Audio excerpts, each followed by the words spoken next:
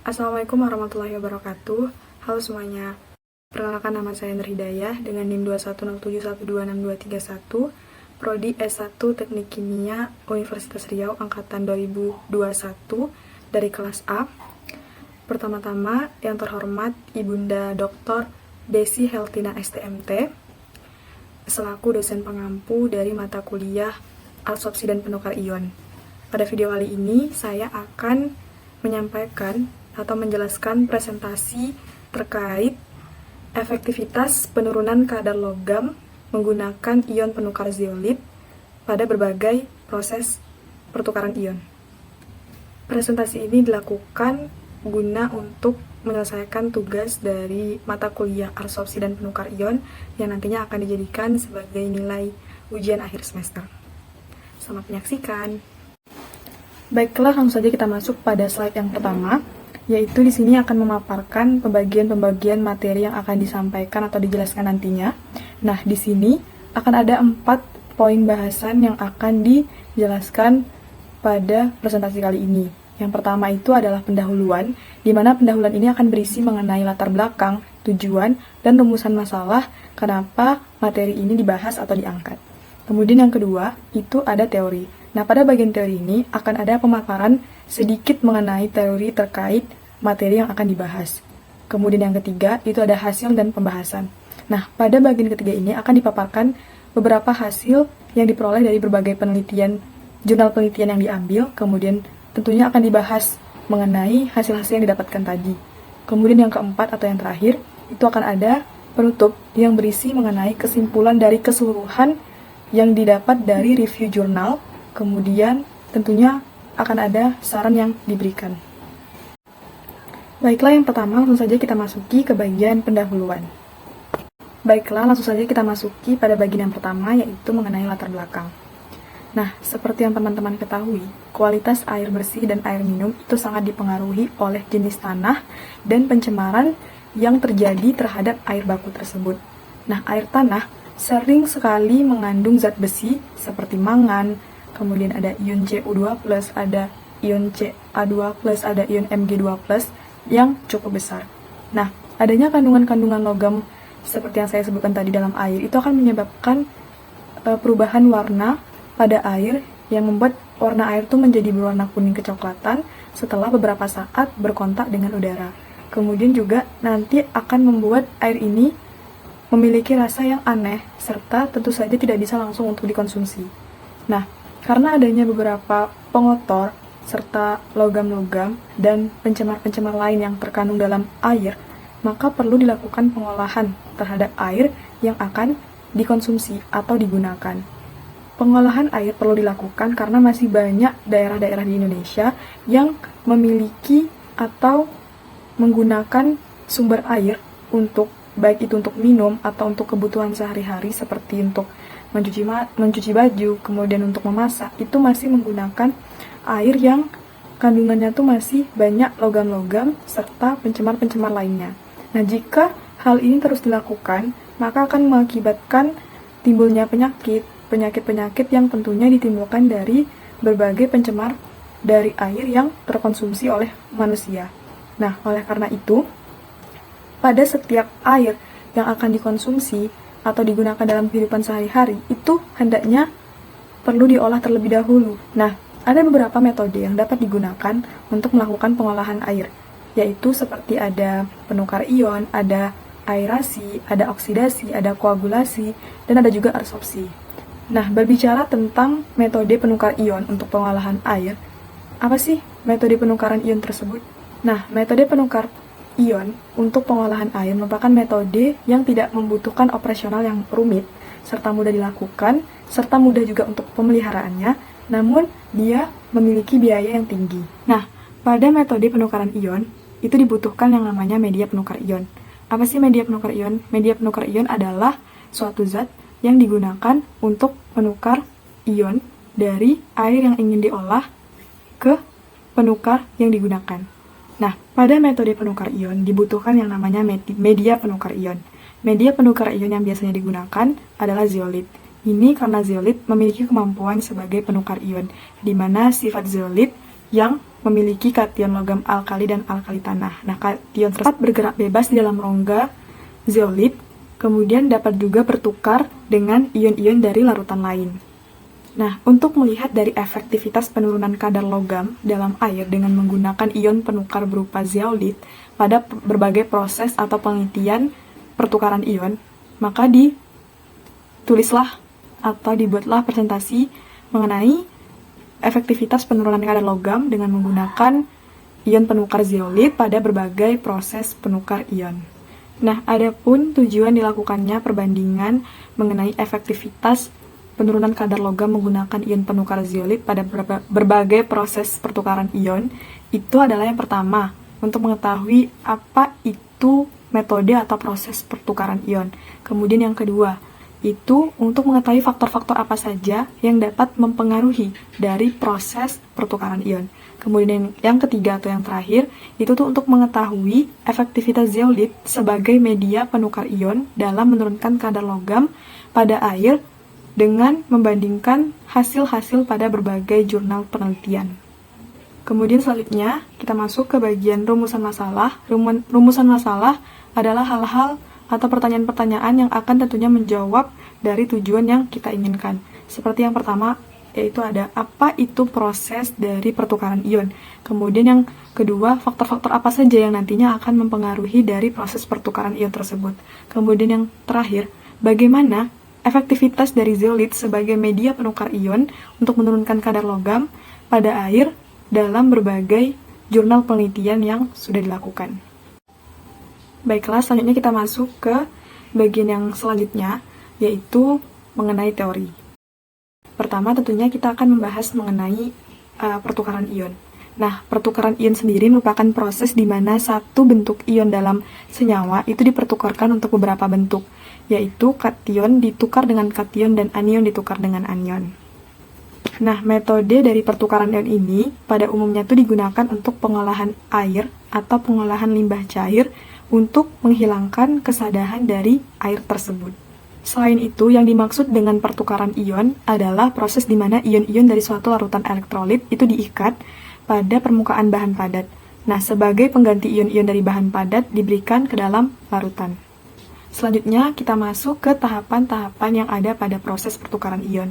Yang pertama, itu ada tahap layanan. Nah, pada tahapan ini, itu terjadi reaksi pertukaran ion, di mana sifat dari tahap ini itu ditentukan oleh konsentrasi ion yang dihilangkan terhadap waktu atau volume air produk yang dihasilkan.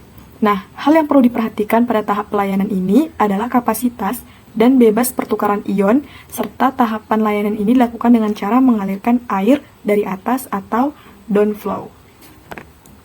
Nah, yang kedua itu ada tahap pencucian balik. Nah, tahapan ini dilakukan jika kemampuan resin telah mencapai titik jenuh dan kotor. Nah, pencucian balik ini dilakukan dengan mengalirkan air produk dari bawah ke atas atau upflow. Pencucian balik mempunyai sasaran sebagai berikut, yaitu seperti untuk pemecah resin yang menggumpal, kemudian penghilangan partikel halus yang terperangkap dalam ruang resin, serta penghilangan kantong-kantong gas yang terdapat dalam reaktor, dan pembentukan ulang lapisan resin bed dengan pengembangan bed antara 50%.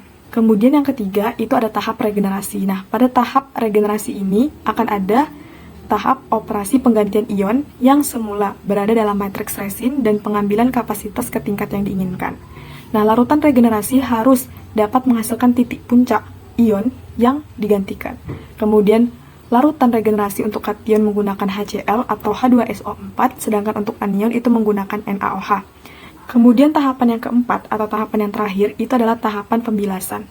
Tahapan ini dilakukan untuk menghilangkan sisa larutan regenerasi yang terperangkap di dalam resin. Nah, pembilasan dilakukan menggunakan air produk dengan aliran downflow dan dilakukan dalam dua tingkat, yaitu tingkat laju air rendah untuk menghilangkan larutan regenerasi dan tingkat laju air tinggi untuk menghilangkan dari sisa ion yang ada. Dan yang selanjutnya kita masuk ke faktor-faktor yang akan mempengaruhi dari proses pertukaran ion. Ada 8 faktor yang mempengaruhi proses pertukaran ion. Yang pertama itu ada pH. Nah, range pH efektif untuk jenis kation asam kuat dan anion basa kuat adalah pH 0-14. Sedangkan pada jenis kation asam lemah dan anion basa lemah itu efektif pada pH larutan yang ada di atas 6. Nah, yang kedua itu adalah kecepatan aliran. Nah, semakin cepat debit aliran yang ditetapkan dalam proses pertukaran ion, itu akan semakin sedikit konsentrasi ion yang dapat dipertukarkan. Hal ini disebabkan waktu tinggal dan kontak antar air dengan resin itu akan semakin sedikit atau semakin pendek. Nah, laju aliran cepat itu akan menyebabkan waktu kontak antara larutan dan resin itu berlangsung sangat singkat, sehingga sesuai untuk larutan elektrolit berkonsentrasi rendah. Nah, kemudian kita masuk ke faktor yang ketiga, itu ada konsentrasi ion terlarut. Nah, semakin banyak konsentrasi ion yang akan dipertukarkan, maka akan semakin lambat kecepatan berlangsungnya suatu reaksi pertukaran ion, dan semakin sedikit konsentrasi ion yang akan dipertukarkan. Nah, hal ini disebabkan karena resin memiliki kapasitas ion yang terbatas. Kemudian, kita masuk ke faktor yang keempat, itu ada luas media penukar ion. Semakin luas media penukar ion yang terdapat dalam pertukaran, maka semakin banyak konsentrasi ion yang akan dipertukarkan. Hal ini disebabkan semakin luas media penukar ion, maka akan semakin banyak jumlah media penukar ionnya. Dan semakin banyak pula kapasitas yang dimiliki media penukar ion untuk menukarkan atau menangkap ion dari larutan lain. Kemudian yang selanjutnya, ada suhu. Pertukaran ion dipengaruhi oleh suhu, akan tetapi secara oraktis, peningkatan suhu tidak cukup untuk menyebabkan pertambahan laju proses. Nah, operasi suhu yang tinggi baru bermanfaat bila larutan semula memang pada suhu tersebut, atau bila larutan terlalu kental pada suhu ruang. Faktor yang selanjutnya yaitu ada kecepatan pengadukan. Nah, bila pengadukan terlalu lambat, maka proses pertukaran ion yang berlangsung akan lambat pula. Namun, bila pengadukan terlalu cepat, akan memungkinkan struktur ion itu cepat rusak, sehingga proses pertukaran ion kurang optimal. Jadi, kesimpulannya, untuk faktor kecepatan pengadukan tidak boleh terlalu cepat dan tidak boleh terlalu lama. Ya, ada waktu kontak. Nah, untuk penentuan waktu kontak yang menghasilkan kapasitas maksimum itu terjadi pada waktu keseimbangan. Kemudian yang terakhir itu ada konsentrasi. Nah, semakin besar konsentrasi dalam larutan, maka akan semakin banyak pula jumlah substansi yang terkumpul. Kita masuk ke teori yang selanjutnya, yaitu tentang resin penukar ion. Nah, resin adalah zat polimer alami ataupun sintetik yang salah satu fungsinya itu dapat mengikat kation dan anion tertentu. Nah, selain itu, resin penukar ion adalah suatu matriks yang tidak dapat larut. Dia berupa butiran yang memiliki diameter kurang lebih 1-2 mm. Nah, resin tersebut juga pada umumnya terbuat dari suatu substrat polimer organik. Nah, sehingga secara umum resin penukar ion itu dapat didefinisikan sebagai senyawa hidrokarbon terpolimerisasi sampai tingkat yang tinggi, yang mengandung ikatan-ikatan hubung silang serta gugusan yang mengandung ion-ion yang dapat dipertukarkan. Selanjutnya kita akan membahas mengenai zeolit. Zeolit sendiri merupakan sistem penukar ion yang sederhana dan relatif murah, sehingga secara keseluruhan jika ditinjau dari segi teknis dan ekonomi dapat dijangkau oleh pelaku industri kecil atau rumah tangga. Zeolit memiliki sifat sebagai penukar ion dikarenakan adanya kation logam, alkali, dan alkali tanah yang dimiliki oleh zeolit tersebut. Nah, kation tersebut dapat bergerak bebas di dalam rongga dan dapat dipertukarkan dengan kation logam lain. Nah, zeolit alam itu diperoleh dengan penambangan secara terbuka dan dapat secara mekanis ditemukan di Indonesia. Baiklah, selanjutnya kita masuk ke bagian hasil. Seperti tujuan awal kita pada pertama kali tadi, yaitu untuk melihat efektivitas penurunan kadar logam dengan menggunakan resin penukar ion berupa zeolit terhadap berbagai proses pertukaran ion yang terjadi. Nah, pada kali ini, kami atau saya sudah mereview 4 jurnal yang akan dibandingkan serta dilihat keefektifannya, mana yang lebih tinggi dan mana yang lebih rendah, dan apa yang menyebabkan efektivitas dari penelitian tersebut menjadi lebih tinggi dan menjadi lebih rendah. Nah, adapun 4 jurnal yang saya gunakan, yaitu yang pertama, ada jurnal mengenai profil pertukaran ion zeolit Cikalong termodifikasi Na pada pengambilan ion Cu2+ dari larutannya. Kemudian untuk jurnal penelitian yang kedua, itu ada efektivitas media penukar ion zeolit dan ferolit dalam menurunkan kadar Fe air sumur.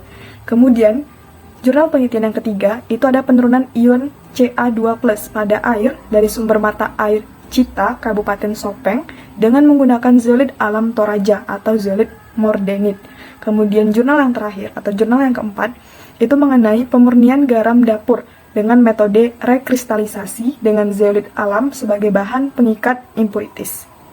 Baiklah, selanjutnya ada gambar tabel yang menyajikan dari persentase efektivitas pada tiap jurnal penelitian yang ada. Nah, di sini saya akan menjelaskan sedikit bagaimana tata cara dari tiap penelitian atau tiap jurnal penelitian sehingga bisa menghasilkan efektivitas yang disajikan pada gambar ini. Nah, untuk jurnal yang pertama yaitu mengenai profil pertukaran ion zeolit Cikalong termodifikasi Na pada pengambilan ion Cu2+ dari larutannya.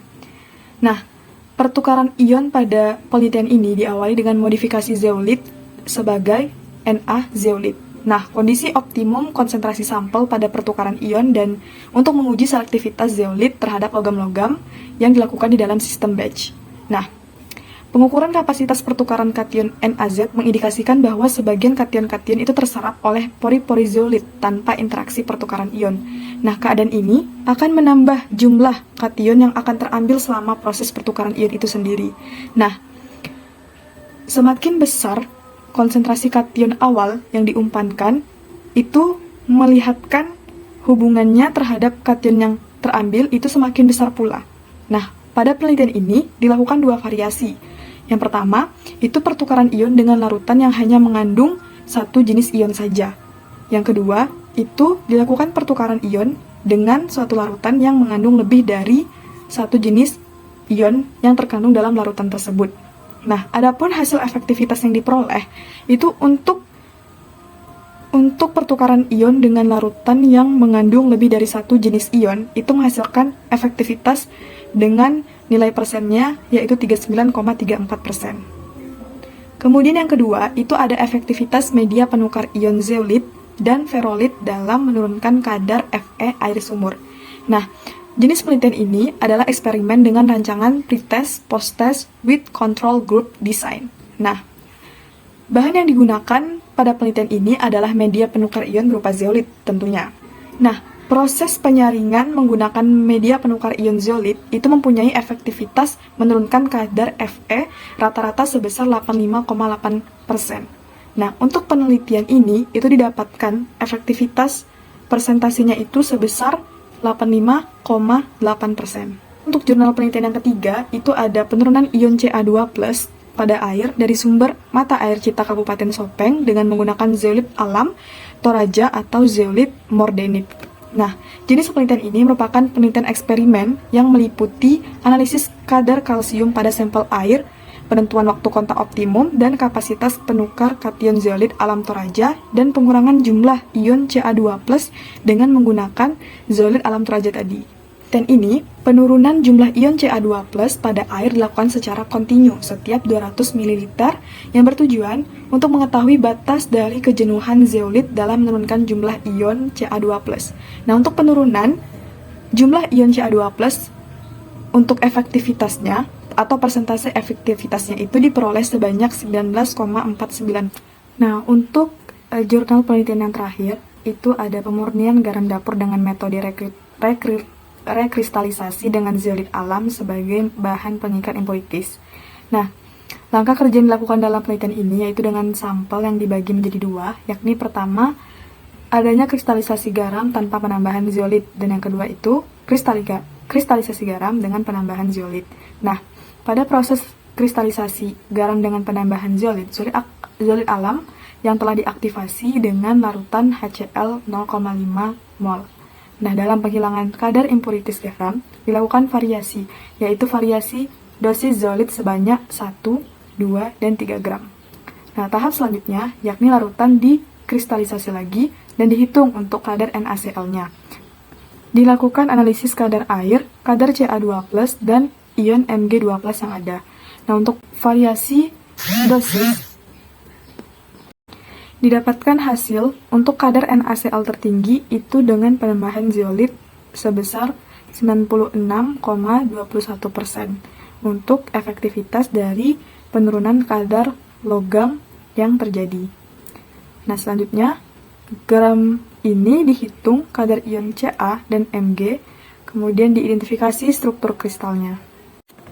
Setelah dilakukannya penambahan zeolit, kadar ion Ca2+ dan Mg2+ yang dihasilkan itu mengalami penurunan. Hal ini didapat dari hasil AAS garam yang memiliki kadar NaCl tertinggi, yaitu sebesar 96,21%, itu dia memiliki kandungan Ca2+ dan Mg2+ berturut-turut, yakni 9,022 ppm dan 16,647 ppm. Nah, hal ini menunjukkan bahwa kadar ion Ca2+ dan Mg2+ itu mengalami penurunan yang sangat besar. Nah, penurunan ini menunjukkan ion Ca2+ dan Mg2+ ini terserap ke dalam zeolit dalam jumlah yang besar. Nah, selanjutnya disajikan gambar berupa grafik yang digunakan untuk membandingkan dari persen efektivitas tiap jurnal yang direview. Nah, dapat teman-teman lihat pada grafik ini, itu untuk persen efektivitas terbesar, itu terdapat pada jurnal keempat, kemudian untuk persen efektivitas terkecil, itu terdapat pada jurnal. Selanjutnya kita masuk ke bagian pembahasan. Nah, untuk jurnal penelitian yang pertama, yang berjudul Profil pertukaran ion zeolit Cikalong termodifikasi Na pada pengambilan ion Cu2+ dari larutannya. Nah, zeolit yang digunakan pada pertukaran ion ini itu sudah diaktifasi. Namun, persen efektivitas yang didapatkan pada jurnal ini itu lebih rendah dibandingkan dengan jurnal-jurnal yang lain, yang dimana zeolitnya juga sudah diaktifasi. Nah, hal ini terjadi dikarenakan adanya keberadaan ion lain selain ion Cu2+, yaitu ada ion Mn2+ dan Ni2+, yang ikut berkompetisi dengan ion Cu2+ dalam pertukaran ion pada situs aktif Na zeolit, yang dapat menurunkan jumlah ion Cu2+ yang tertukar atau terambil. Nah, oleh karena itu, persentase keefektifan dari penurunan kadar logam Cu2+ ini menjadi menurun, dikarenakan adanya ion-ion lain yang juga ikut terserap atau tertukar dengan si penukar ion zeolit ini. Oleh karena itu, persentase dari keefektifan pada jurnal yang pertama ini, yaitu sebesar 39,34%, itu lebih kecil dibandingkan dengan jurnal-jurnal yang lain, padahal zeolitnya sama-sama diaktifasi. Baiklah, selanjutnya ada pembahasan mengenai jurnal yang kedua, yaitu dengan judul jurnal Efektivitas media penukar ion zeolit dan ferolit dalam menurunkan kadar Fe air sumur. Nah, keefektifannya itu didapatkan sebesar 85,8%. Nah, nilai keefektifan ini itu lebih rendah dibandingkan dengan jurnal keempat, di mana zeolitnya itu sudah teraktivasi. Nah, pada penelitian ini, mengapa lebih rendah? Ini dikarenakan media zeolit ini mudah jenuh karena kemampuannya mengoksidasi zat besi. Media ini juga mampu mengoksidasi mangan atau Mn. Nah, dengan kemampuannya untuk mengoksidasi si Fe dan sekaligus mengoksidasi si mangan, yang artinya dia bisa langsung mengoksidasi dua ion, ini membuat media zeolit ini mudah dan cepat jenuh, sehingga berpengaruh pada banyaknya kadar logam yang dapat diturunkan. Nah, oleh karena itu, persentase dari efektivitas penurunan kadar logam pada penelitian ini memang tinggi, namun tidak lebih tinggi dari jurnal yang keempat tadi. Kemudian kita masuk ke pembahasan untuk jurnal yang ketiga. Nah, persen efektivitas dari jurnal yang ketiga, yang dimana judul penelitiannya yaitu penurunan ion Ca2+ pada air dari sumber mata air Cita Kabupaten Sopeng dengan menggunakan zeolit alam Toraja atau zeolit mordenit, itu merupakan efektivitas yang paling rendah dibandingkan dengan efektivitas jurnal-jurnal lain. Nah, hal ini terjadi karena zeolit yang digunakan pada penelitian ini sama sekali tidak diaktifasi, yang artinya zeolit yang digunakan pada penelitian ini merupakan zeolit alami. Nah, hal ini sangat berpengaruh terhadap hasil dari pertukaran ion atau hasil dari penurunan kadar logam pada air. Kenapa? Karena zeolit alam yang benar-benar diambil dari alam kemudian langsung digunakan, itu masih mengandung pengotor-pengotor yang dapat mengurangi dari kemampuan zeolit untuk menukarkan ion, sehingga perlu dilakukan aktivasi untuk memperbaiki atau meningkatkan dari karakteristik-karakteristik si zeolit yang dapat meningkatkan dari pertukaran ion. Contohnya, dari zeolit ini diaktifasi, itu akan membuat pertambahan dari luas permukaan si zeolit. Nah, di mana luas permukaan ini termasuk ke salah satu faktor yang dapat mempengaruhi dari proses pertukaran ion, di mana semakin besar luas permukaan dari media penukar ion atau luas permukaan dari si zeolit, maka akan semakin banyak jumlah ion yang dapat ditukarkan, sehingga ini menandakan bahwa akan semakin banyak kadar logam yang dapat diturunkan atau ditukarkan. Oleh karena itulah, mengapa persentase dari penelitian ini itu menjadi persentase yang paling kecil dibandingkan dengan penelitian-penelitian yang lain. Baiklah, selanjutnya kita masuk ke pembahasan mengenai jurnal yang terakhir atau jurnal yang keempat, di mana judulnya yaitu pemurnian garam dapur dengan metode rekristalisasi dengan zeolit alam sebagai bahan pengikat impuritis. Nah, hasil dari efektivitas pada jurnal penelitian ini itu menjadi efektivitas terbesar dibandingkan jurnal-jurnal yang lainnya, di mana efektivitas yang didapatkan pada penelitian ini yaitu sebesar 96,21%. Nah, ini dikarenakan zeolit yang digunakan pada penelitian ini itu sudah diaktifasi dengan menggunakan larutan HCl 0,5 mol. Nah, zeolit tentu seperti yang saya jelaskan tadi, itu perlu diaktifasi terlebih dahulu. Jika kita menggunakan zeolit alam yang benar-benar murni, itu mempunyai beberapa kelemahan, seperti zeolit itu mengandung beberapa pengotor yang dapat mengurangi dari aktivitas si zeolit untuk menukarkan ion, sehingga pada penelitian ini dilakukan aktivasi untuk meningkatkan dari kemampuan si zeolit untuk menyerap ion.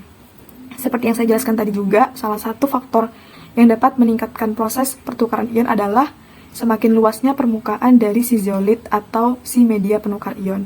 Itu akan berdampak baik pada proses pertukaran ion, yang dimana dapat membuat kapasitas dari pertukaran ion itu semakin besar, sehingga jumlah ion yang dapat ditukarkan juga semakin besar. Baik, selanjutnya kita masuk kepada kesimpulan. Nah, ada pun beberapa kesimpulan yang dapat kita ambil dari proses perbandingan mengenai hasil-hasil dari persentase efektivitas penurunan kadar logam menggunakan ion pertukaran berupa zeolit dari berbagai jurnal penelitian, yaitu yang pertama, pertukaran ion sendiri adalah proses di mana satu bentuk ion dalam senyawa itu dipertukarkan untuk beberapa bentuk, yaitu kation ditukar dengan kation dan anion ditukar dengan anion. Kemudian yang kedua, adapun faktor-faktor yang tentunya dapat mempengaruhi dari proses pertukaran ion itu ada pH, kecepatan aliran, konsentrasi ion terlarut, luas media penukar ion, suhu, kecepatan pengadukan, waktu kontak, dan konsentrasi. Kemudian yang ketiga, zeolit merupakan media penukar ion yang baik, namun membutuhkan proses aktivasi terlebih dahulu untuk meningkatkan karakteristik serta kemampuan dari zeolit untuk melakukan proses pertukaran ion. Kemudian yang keempat atau yang terakhir, persen efektivitas terbesar diperoleh pada jurnal penelitian yang keempat dengan nilai sebesar 96,21%, dan persen efektivitas terkecil diperoleh oleh jurnal penelitian yang ketiga dengan nilai sebesar 19,49%. Baiklah, sekian presentasi yang dapat saya sampaikan serta saya jelaskan mengenai perbandingan efektivitas penurunan kadar logam dengan menggunakan ion penukar berupa zeolit pada berbagai proses pertukaran ion, yang dimana di sini saya mengambil 4 jurnal penelitian yang saya bandingkan. Saya mengucapkan terima kasih atas segala perhatian, serta saya mengucapkan banyak-banyak permohonan maaf atas segala kekurangan. Saya tutup. Assalamualaikum warahmatullahi wabarakatuh. Terima kasih.